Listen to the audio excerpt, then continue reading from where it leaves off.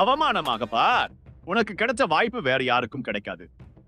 பிருத்வி ஷாவுக்கு இந்திய கிரிக்கெட் முன்னாள் வீரர் கைஃப் அட்வைஸ். விராட் கோலியை ஒப்பந்தம் செய்ய தவறியதன் விளைவாக டெல்லி அணி இந்திய அண்டர் 19 கேப்டன்களை தொடர்ச்சியாக IPL ஏலத்தில் வாங்கி வந்தது. உன்முந்த் சந்த், சஞ்சு சாம்சன், ரிக்கி பூய், ரிஷப் பண்ட், பிருத்வி ஷா, யாஷ் துல் என்று ஏராளமான வீரர்கள் டெல்லி அணிக்காக விளையாடியிருக்கின்றனர். இந்த பட்டியலில் விராட் கோலிக்கு பின் வெற்றிகரமான கேப்டனாக இருந்தவர் பிருத்வி ஷா. ராகுல் டிராவிட் பயிற்சியின் கீழ் இந்திய அண்டர் 19 அணியை வெற்றி பெற வைத்தார். அந்த அணியில அர்ஷ்தீப் சிங், சுப்மன் கில், ரியான் பிராக் என ஏராளமான நட்சத்திர வீரர்கள் இருந்த போதும் டெல்லி அணி பிருத்வி ஷாவை தான் ஒப்பந்தம் சென்றது. அதற்கேற்ப அவரும் தொடக்க சில சீசன்களில் மிகச்சிறந்த ஆட்டத்தை வெளிப்படுத்தி இந்திய அணியிலும் இடம் பிடித்தார். இதன் காரணமாக 2022ஆம் ஆண்டு IPL மெகா ஏலத்திற்கு முன் பிருத்வி ஷாவை 7.5 கோடிக்கு டெல்லி அணி ரீடைன் செய்தது.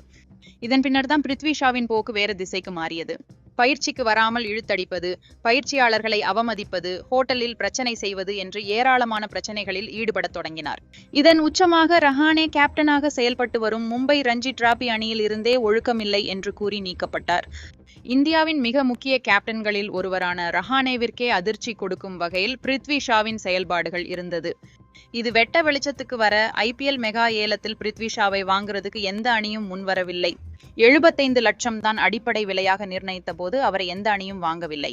இது குறித்து டெல்லி அணியின் ஃபீல்டிங் பயிற்சியாளரான முகமது கைஃப் பேசுகையில், IPL தொடரின் போது டெல்லி அணி நிர்வாகிகள் மற்றும் கேப்டன் அனைவரும் அமர்ந்து பிளேயிங் 11 குறித்து ஆலோசனை செய்வோம். அப்போது பிருத்வி ஷாவை ஒருபோதும் பிளேயிங் 11 சேர்க்க மாட்டோம்.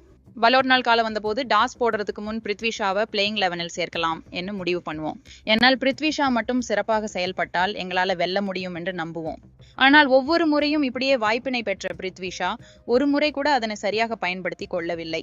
IPL தொடரில் ஏராளமான வீரர்களுக்கு தங்களின் திறமையை வெளிப்படுத்தவே வாய்ப்பு கிடைப்பதில்லை. ஆனால் பிருத்வி ஷா கிடைத்த வாய்ப்பையும் பயன்படுத்தவில்லை. முதலில் பிருத்வி ஷா தன் பேட்டிங் ஃபார்ம் மோசமாக இருப்பதை ஏற்க வேண்டும். ஏனென்றால் அனைத்து அணிகளும் அவரை விட்டு விலகியதோடு மட்டுமல்லாமல் கடந்தும் சென்றுவிட்டன். அவரை வாங்க ஒரு அணியும் வராததை பிருத்வி ஷா அவமானமாக பார்க்க வேண்டும். இனியாவது உள்ளூர் கிரிக்கெட்டில் கன்சிஸ்டன்சியுடன் ரன்களை குவிக்க வேண்டும் என்று தெரிவித்துள்ளார். ஏற்கனவே ஃபிட்னஸ் பிரச்சனை இருந்து வந்த நிலையில தற்போது பேட்டிங் ஃபார்மும் மோசமாக இருந்து வருகிறது. சையத் முஷ்டாக் அலி தொடரில் பிருத்வி ஷாவின் பேட்டிங் ஃபார்ம் விமர்சனத்தை சந்தித்துள்ளது. நன்றி, வணக்கம்.